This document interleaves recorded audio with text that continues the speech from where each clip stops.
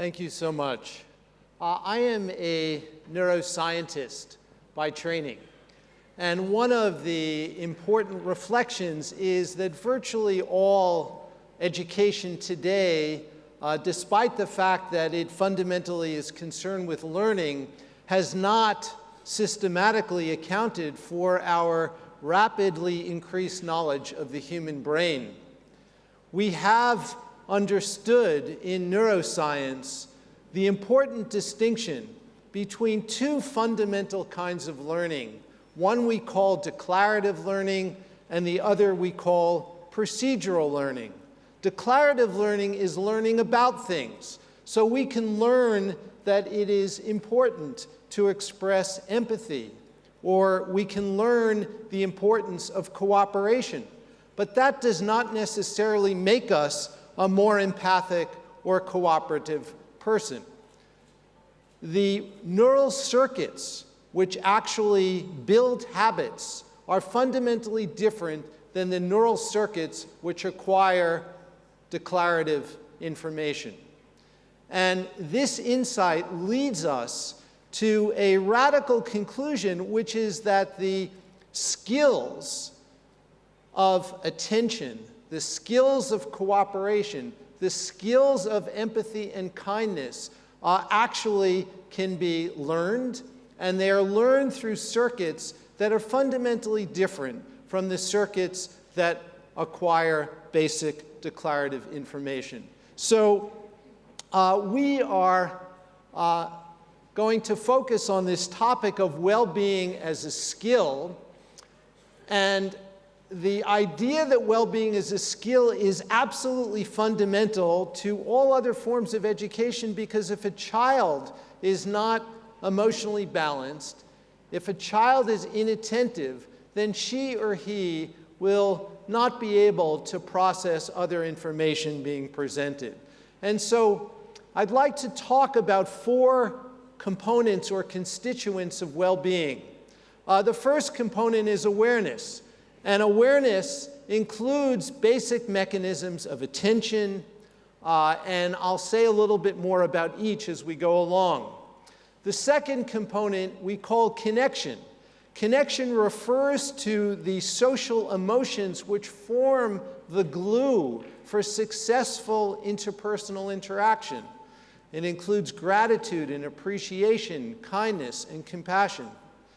The third component of well-being we call insight, and this is knowledge about oneself. It is knowledge about how the mind operates. We all carry around in our minds a narrative about who we are. And at the very extreme, at the pathological extreme, we have people who are depressed, who have a narrative about themselves that is quite negative. They have low self-esteem, they have a sense of hopelessness, and they believe that narrative. And so part of building the skills of well-being is to enter into a healthy relationship with that narrative, and this requires insight into how the self actually works. The fourth component is purpose, and purpose refers to a sense of meaning and purpose in life. And individuals who have very high levels of well-being have a higher sense of purpose. And so part of the training, if you will, to cultivate well-being is enabling people to discover within themselves what their true purpose is. So let's now turn to awareness. And the individual that I have displayed in this photograph is William James, who was one of the great psychologists, the first real psychologist in the United States, who worked in the late 1800s. And William James wrote a 2-volume tome in 1890 called The Principles of Psychology. And in that 2-volume tome, he has a chapter devoted to attention. And in that chapter is something that is absolutely fundamental, where he said the faculty of voluntarily bringing back a wandering attention over and over again is the very root of judgment, character, and will. No one is compos sui if he have it not. An education which should improve this faculty would be the education par excellence. But it is easier to define this ideal than to give practical considerations for bringing it about.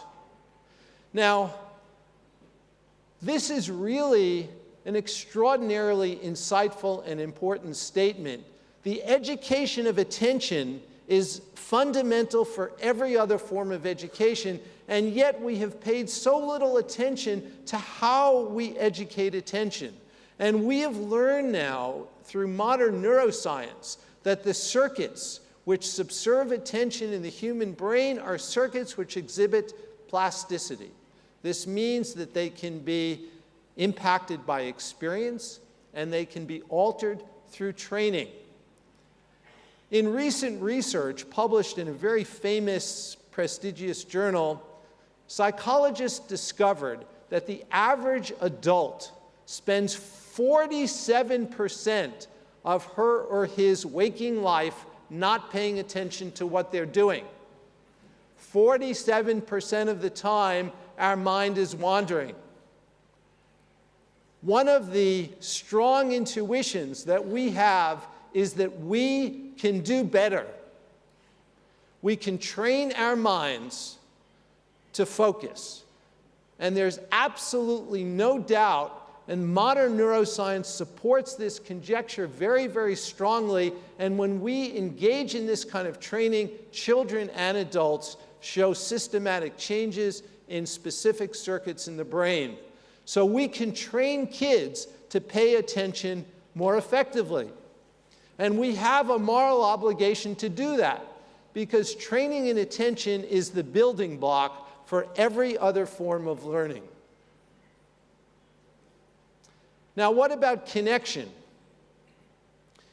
To facilitate cooperation, to facilitate teamwork, to facilitate empathic interpersonal interaction, we need to cultivate basic emotions that are the substance of successful interpersonal interaction.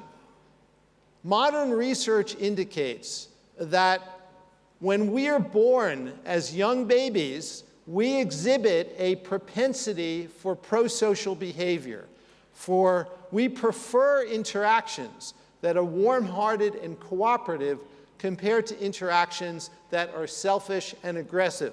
And the data for this is very, very strong now. And in this sense, we can think of kindness, cooperation, and compassion in the same way that we think about language. We're all born with a biological propensity for language. But in order for this propensity to be expressed, we need to be nurtured in a normal linguistic environment. In the same way, in order for kindness and compassion to be expressed, they need to be nurtured. The seeds are there, but they need to be nurtured. We conducted in our lab a randomized controlled trial with adolescents to determine if we can train over the course of just 2 weeks of training, 30 minutes a day for 2 weeks, if we can train individuals to express increased kindness and compassion through a simple mental exercise. And we evaluated the impact of this in a randomized controlled trial, looking at changes in behavior and changes in the brain. And what we find is that after 2 weeks of training, participants who are randomly assigned to the compassion group in green show increases in prosocial behavior, increases in cooperation, in altruism. And these are hard-nosed behavioral measures that are derived from the kinds of measures that behavioral and neuroeconomists use to measure altruistic behavior. And in addition, when we monitored their brain with functional magnetic resonance imaging, where we scanned them before and after this 2 weeks of training, we found systematic changes in neural circuits that subserve positive emotion and empathic accuracy. And what we show here is the connectivity between the prefrontal cortex and the ventral striatum to critical regions for the expression of positive emotion and cooperative behavior. And these circuits were systematically strengthened, and the magnitude of change in these brain circuits actually predicted the extent to which children were exhibiting prosocial cooperative behavior. So the third component of well-being is insight into how the mind works. And one of the key insights from research in this area is that as we begin to cultivate insight into how this narrative about the self works, there is increased resilience that we can measure very, very precisely. The way we define resilience is the rapidity with which an individual recovers from adversity. To paraphrase a bumper sticker that we see in the West, adversity happens, stress happens. We cannot buffer ourselves from the stresses and challenges of everyday life. They are frequent, and every individual is subjected to them. So the question is, how can we change our relationship to adversity so that we can recover more quickly?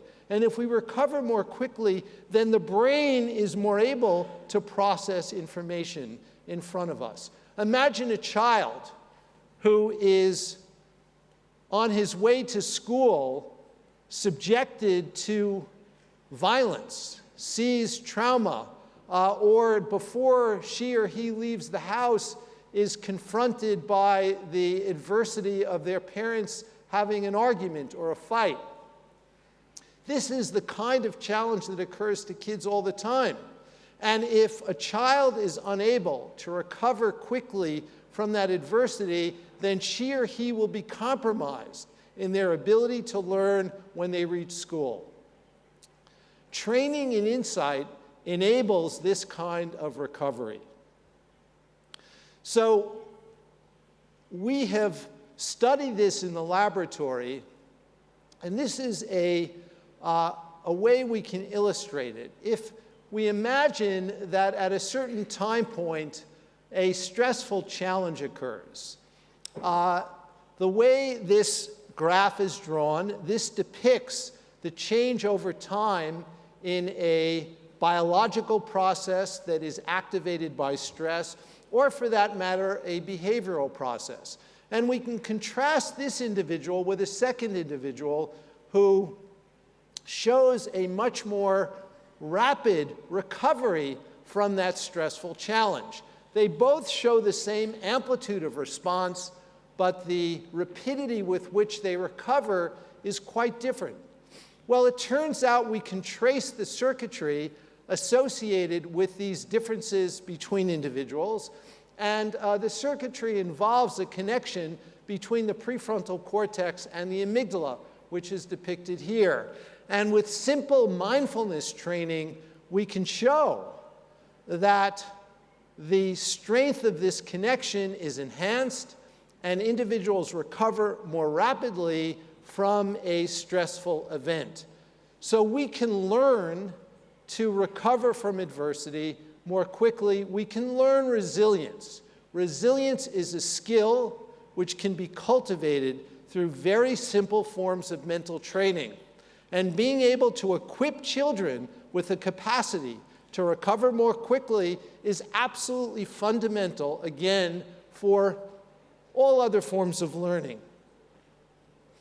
So let's now move on to the fourth constituent of well-being, purpose. Having a strong sense of purpose in life is critical to our well-being, and sense of purpose emerges over the course of development. One of the fascinating things that's been learned in modern research is that individuals who have a stronger sense of purpose not only have a higher level of subjective well-being, but they actually have a very different biology. And in fact, among older adults, those individuals who report a higher sense of purpose actually live longer. There are data showing that their longevity is systematically greater. So the next slide is just a wonderful quote from the famous physician Albert Schweitzer, who said, "The purpose of human life is to serve and to show compassion and the will to help others." And he is articulating here the sense of purpose as being an essential one in human life. And these are findings from a study published a number of years ago showing among older adults, those individuals who have a higher sense of purpose, who are in the lighter line on the bottom, versus those individuals who have a less well-developed sense of purpose. And this is a survival curve. It's showing the cumulative hazard ratio for dying among older adults. And what it shows is that those with a stronger sense of purpose live longer.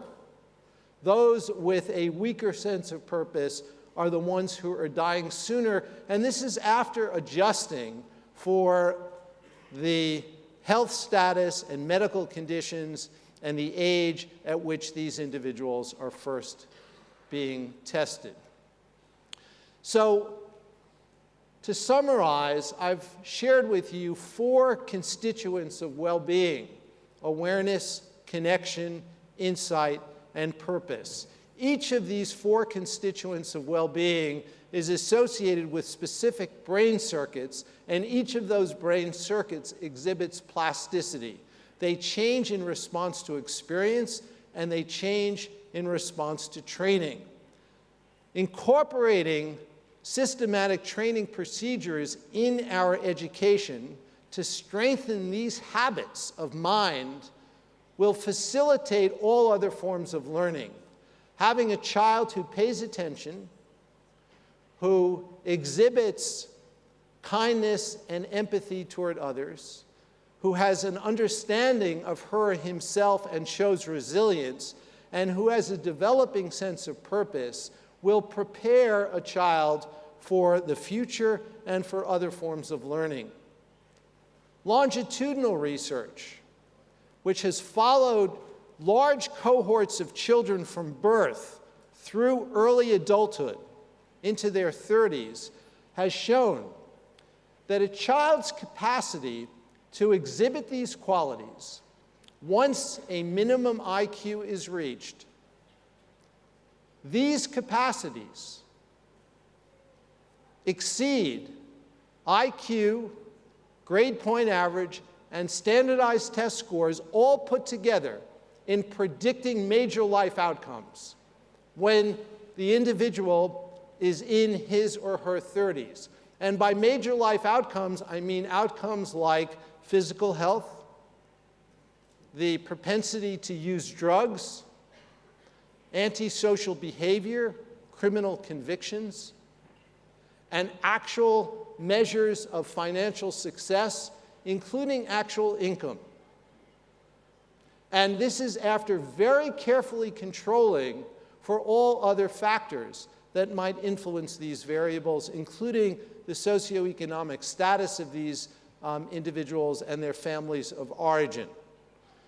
So these data show that these qualities are really important qualities for the prediction of major life outcomes.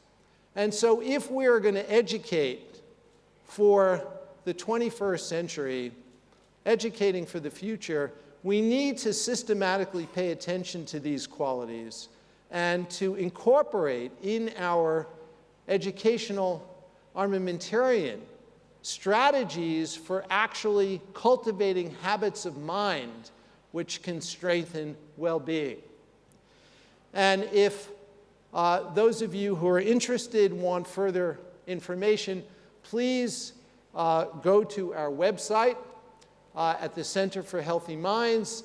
And the mission of our center is to cultivate well-being and relieve suffering through a scientific understanding of the mind. Thank you very much.